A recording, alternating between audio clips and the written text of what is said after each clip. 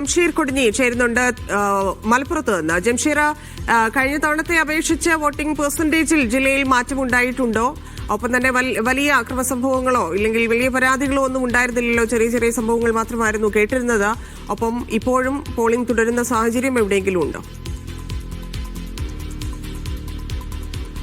ധന്യ, തീർച്ചയായിട്ടും ഈ 76 ഏറ്റവും ഒടുവിൽ കണക്ക് വരുമ്പോൾ 76.85%. കഴിഞ്ഞ തവണ 79% ഒരു ചില കുറവുണ്ട്. പക്ഷേ ചിലയിടങ്ങളിൽ ഇപ്പോഴും പോളിംഗ് തുടരുന്നുണ്ട് എന്നുള്ളതാണ് വിവരം. കാരണം തിരൂരങ്ങാടി നഗരസഭയിലെ 10ാം വാർഡിലെ 10ാം ബൂത്തിൽ ഇപ്പോഴും ഏതാണ്ട് 300ഓളം ആളുകൾ വോട്ട് ചെയ്യാനായി ക്യൂ നിൽക്കുന്ന ഒരു സാഹചര്യമുണ്ട്. അവിടെ 7 തവണയോളം വോട്ടിംഗ് മെഷീൻ തകരാറിലായി. അത് പരിഹരിച്ച് വീണ്ടും തകരാറിലാകുന്ന ഒരു സാഹചര്യമുണ്ടായി. അവിടെ ഈ ഉദ്യോഗസ്ഥരുടെ ഒരു വെല്ലപ്പോക്കും ഇത്തരത്തിൽ ആളുകൾ കൂടാൻ അല്ലെങ്കിൽ ആളുകൾക്ക് വോട്ട് ചെയ്യാൻ കഴിയാത്തൊരു സാഹചര്യമുണ്ട്. ഇപ്പോഴും നിലവിൽ അവിടെ ഏതാണ്ട് 300ഓളം സ്ത്രീകൾ ഉൾപ്പെടെയുള്ള 300ഓളം ആളുകൾ വോട്ട് ചെയ്യാനുണ്ട് എന്നുള്ള വിവരമാണ് നമുക്ക് ആ പ്രദേശത്ത് നിന്ന് ലഭിക്കുന്നത്.